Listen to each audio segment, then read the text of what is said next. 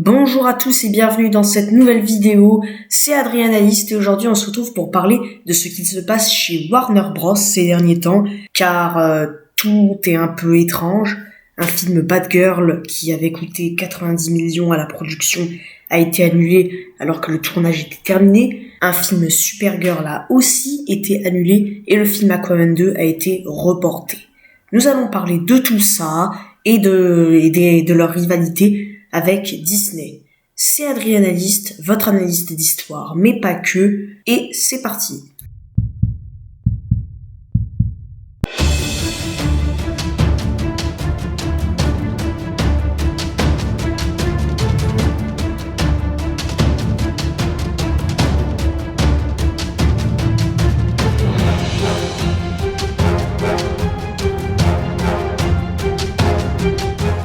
Afin de comprendre tout ce qui s'est passé et tout ce qui a mené Warner, sous le nom de désormais Warner Discovery, à faire cela, il faut que nous remontions en 2012. En 2008, Marvel lance son univers étendu mettant en scène ses héros les plus célèbres, le Marvel Cinematic Universe, connu sous le nom de MCU. En 2009, ils sont rachetés par Disney et en 2012, ils atteignent un succès phénoménal avec le film Avengers qui rapporte plus d'1 milliard au box officiel. C'est un succès phénoménal et donne beaucoup d'idées. C'était un pari quasiment perdu d'avance, mais que Disney et Marvel ont réussi à tenir. Warner Bros se dit pourquoi eux ne pourraient-ils pas le faire car ils ont les licences de DC Comics. C'est donc en 2013 que sort Man of Steel, réalisé par Zack Snyder, lui-même réalisateur de 300 et Watchmen, qui est un succès et qui est un film qui nous propose une version sombre de l'histoire de Superman. Très vite, DC montre aux fans ce qu'ils veulent, c'est-à-dire un univers étendu avec les héros de DC, une véritable alternative au Marvel Cinematic Universe, et on peut dire que la nouvelle s'est fait plutôt bien prendre.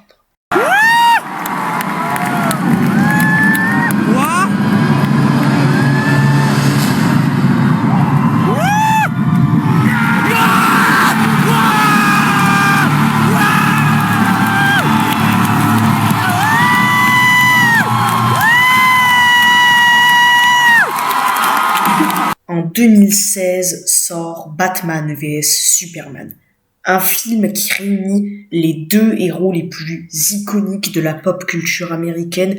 On peut dire que sur ce coup, DC l'a bien joué et Zack Snyder sera à la réalisation de ce film. Le film est génial et est un succès commercial. Pourtant, à sa sortie, il se fait arroser par les critiques. Beaucoup trouvent que ça manque d'humour, que le film est trop sombre et qu'il n'y avait pas assez de combat entre Batman et Superman, ce que Zack Snyder nous avait quand même teasé. Mais Zack Snyder veut se battre pour pouvoir montrer sa vision des choses. Mais bon, maintenant que ce film a été fait, il y a un autre film beaucoup plus important que les fans de DC attendent.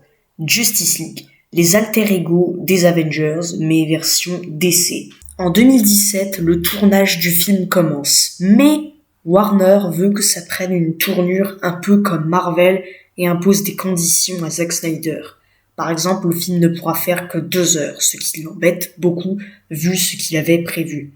Ensuite, ils mettent Joss Whedon, réalisateur d'autres films, dont Avengers 1 et 2, qui viendra à la réalisation avec Zack Snyder. Mais petit à petit, Joss Whedon se met à tout corriger et à tout refaire. Zack Snyder n'a quasiment le contrôle sur rien et le film commence de moins en moins à ressembler à ce qu'il avait prévu. Et en plus, la fille de Zack Snyder se suicide suite à une dépression qu'elle avait eue, ce qui démoralise totalement Zack Snyder, qui est obligé de quitter le tournage de Justice League. Petit à petit, les fans commencent à avoir peur de ce que ce film pourrait donner. De plus, des affaires éclatent sur le plateau. Certains acteurs témoignent de l'ambiance toxique que Joss Whedon met sur le tournage et réclament le retour de Zack Snyder. Le film sort et comme certains commençaient à s'en douter, c'est une catastrophe.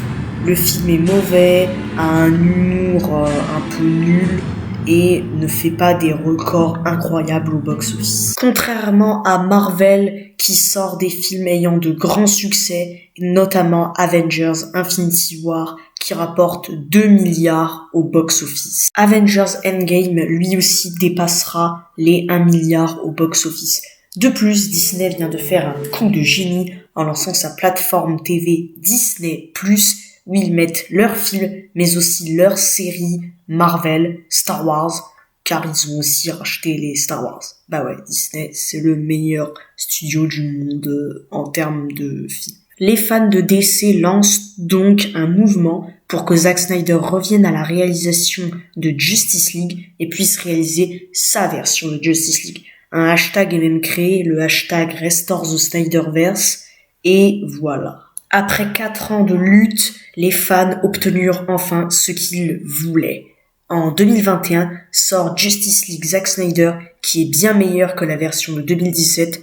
Le film de 4 heures a un très grand succès et est tout simplement génial. Zack Snyder a montré à Warner qu'il avait raison et les fans ont gagné. Par la suite, Warner fusionne avec Discovery Media pour devenir Warner Discovery. Cette fusion leur a coûté 3 milliards. Et maintenant, Warner est endetté.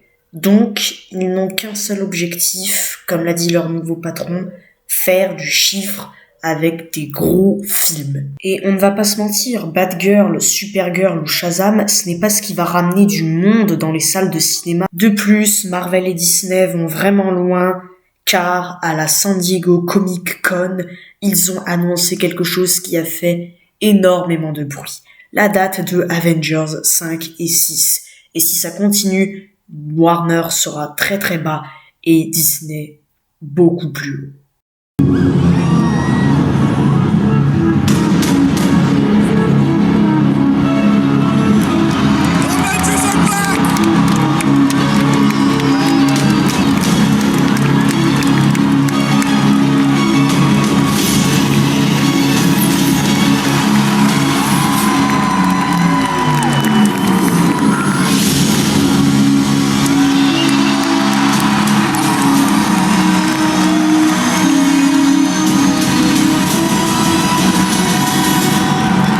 En réponse à cela, le nouveau patron de Warner Discovery a annoncé un reboot du DCU en faisant une grande saga comme Marvel.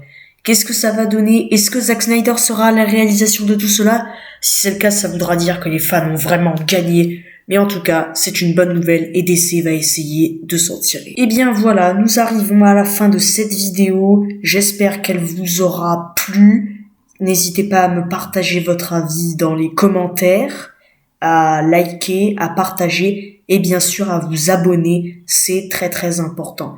C'était Adrianalyste, votre analyste d'histoire mais pas que. À la prochaine.